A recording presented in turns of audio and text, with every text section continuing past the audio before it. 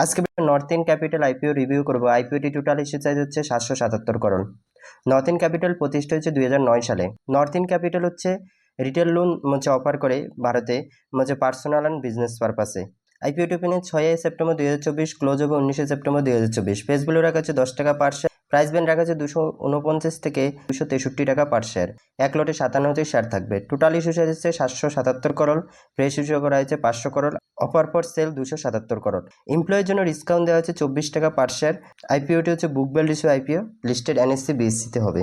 North in ক্যাপিটালের reservation দেখে নেব। Qualify institutional buyer জন্য 50%, রিটেল ইন্ডিভিজুয়াল ইনভেস্টারের জন্য 35%, নন ইন্ডিভিজুয়াল ইনভেস্টারের জন্য 15%। নর্থ ইন ক্যাপিটাল আইপিও হচ্ছে লট সাইজ দেখে নেব। রিটেল ইনভেস্টার মিনিমাম এক লটের জন্য অ্যাপ্লাই করতে পারবে, যেখানে 57টি শেয়ার থাকে, যার ভ্যালু হবে 14,991 টাকা। রিটেল ইনভেস্টার ম্যাক্সিমাম 13টি লটের জন্য অ্যাপ্লাই করতে পারবে, যেখানে হচ্ছে 7,041টি শেয়ার থাকবে, যার ভ্যালু হবে 1,94,883 টাকা। এছাড়া ইনভেস্টার মিনিমাম 14 লটের জন্য অ্যাপ্লাই করতে পারবে, যেখানে 798টি শেয়ার থাকবে, যার ভ্যালু হবে 2,09,874 টাকা। এছাড়া ইনভেস্টার ম্যাক্সিমাম 66 লটের জন্য অ্যাপ্লাই করতে পারবে, যেখানে 3,762টি শেয়ার থাকবে, যার ভ্যালু হবে 9,89,406 টাকা।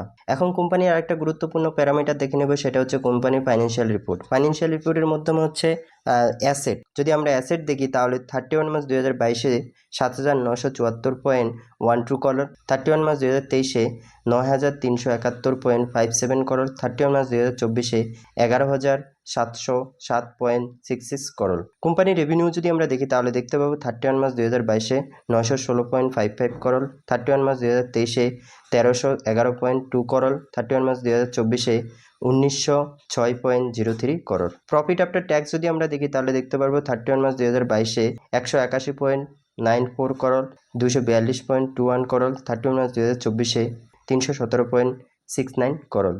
নেট ওয়েলথ যদি আমরা দেখি তাহলে দেখতে পাবো 31 মার্চ 2022-এ 1,739.04 করোড়, 31 মার্চ 2023-এ 1,955.34 করোড়, 31 মার্চ 2024-এ 2,314.35 করোড়। অর্থাৎ কোম্পানির রেভিনিউ নেট ওয়েলথ লাগাতার ধীরে ধীরে বাড়ছে। তো কোম্পানির এটা একটা positive view. Reserve and supply 31 March 2022-এ 1,555.3 করোড়, 31 মার্চ 2023-এ 1,784.22 করোড়, 31 মার্চ 2024-এ 2,123.37 করোড়। টোটাল বোরিং দেখে নিবে এখন। 31 মার্চ 2022-এ 5,982.96 করোড়, 31 মার্চ 2023-এ 734.57 করোড়, 31 মার্চ 2024-এ 947.76 করোড়। অর্থাৎ কোম্পানি বড়োইংও অনেক বেশি। তো লাগাতার কোম্পানির কিন্তু হচ্ছে রেভিনিউ ইনক্রিজ হচ্ছে। তো এই থেকে বলা যেতে পারে কোম্পানি আগে গিয়ে একটা ভালো পারফরমেন্স হতে পারে। আর একটা নেগেটিভ ভিউ যেটা হচ্ছে বড়োইং, কোম্পানির বড়োইংও কিন্তু অনেক বেশি। তো এখন আমরা কোম্পানির হচ্ছে টাইম টেবিল দেখে নেব, যেখানে হচ্ছে কোম্পানি আইপিওটি ওপেন হবে 16 সেপ্টেম্বর 2024, ক্লোজ হবে 19 সেপ্টেম্বর 2024। বেসিক অ্যালাউন্স হবে 20 সেপ্টেম্বর 2024। ইনিশিয়াল রিফান্ড হবে 23 সেপ্টেম্বর 2024। শেয়ার ডিমেটে ক্রেডিট হবে 23 সেপ্টেম্বর। শেয়ার স্টক মার্কেটে লিস্টেড হবে 24 সেপ্টেম্বর 2024।